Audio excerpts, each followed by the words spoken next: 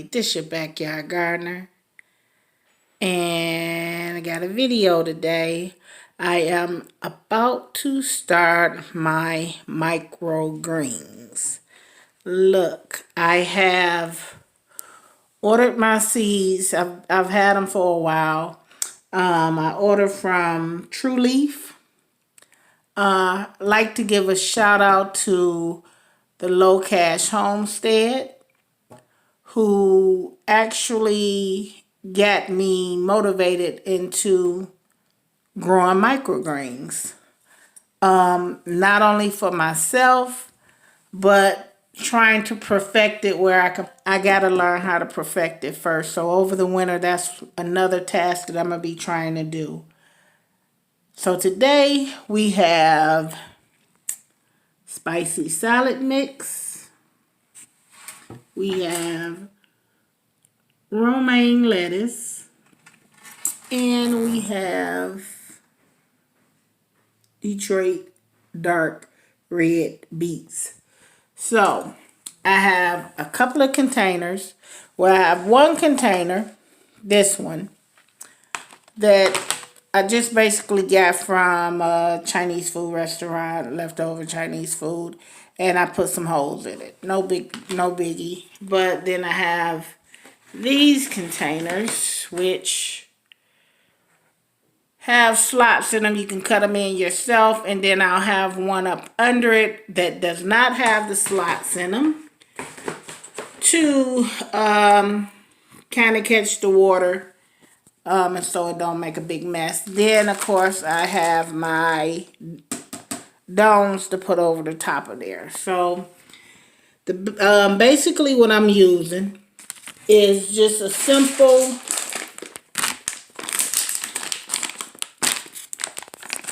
potting mix. This potting mix probably look familiar to a couple of you all. It's just that basic Walmart potting mix.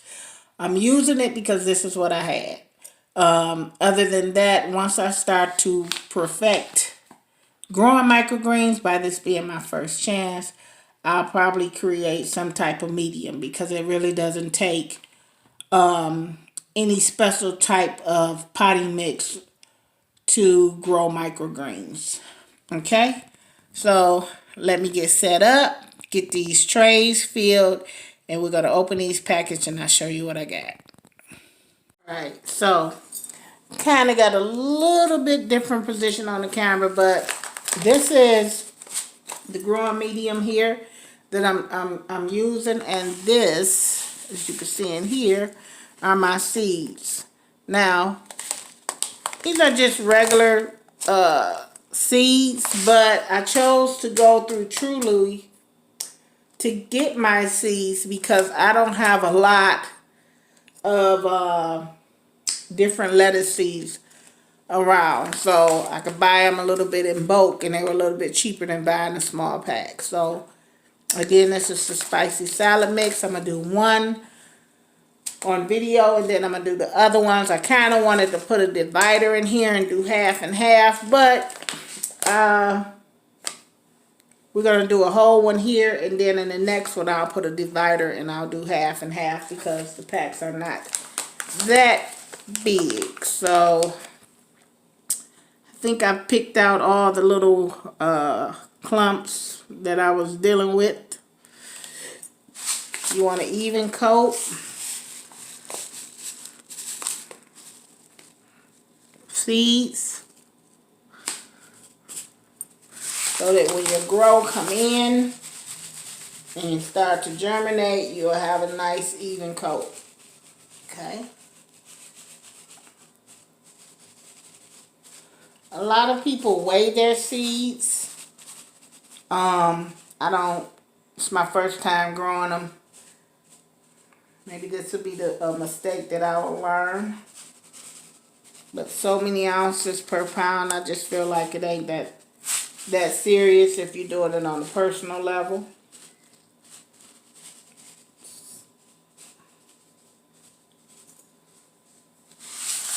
Okay, that looks pretty even to me. I might have some spots Try not to miss too many spots because I want it to be a nice lush, like a lawn. But I think I pretty much got it. I do. I think I pretty much got it. So, alright, we're going to seal these back up. Now, remember I pulled that water on the bottom to kind of wick up, but that's not going to get it. I don't know if you can see this, but I got a spray bottle. That's just water, and I'm going to give them a little spray on the top. Make sure they get nice and hydrated. I am not burying the seeds. They're going to germinate on top. Unlike I would in the garden, I would kind of stick them down in the soil. These are going to catch root and go down in the soil. I want to blast them where I'm moving around. Okay.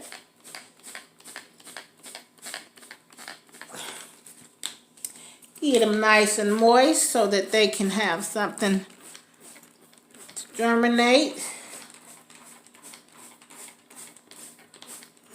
Like so.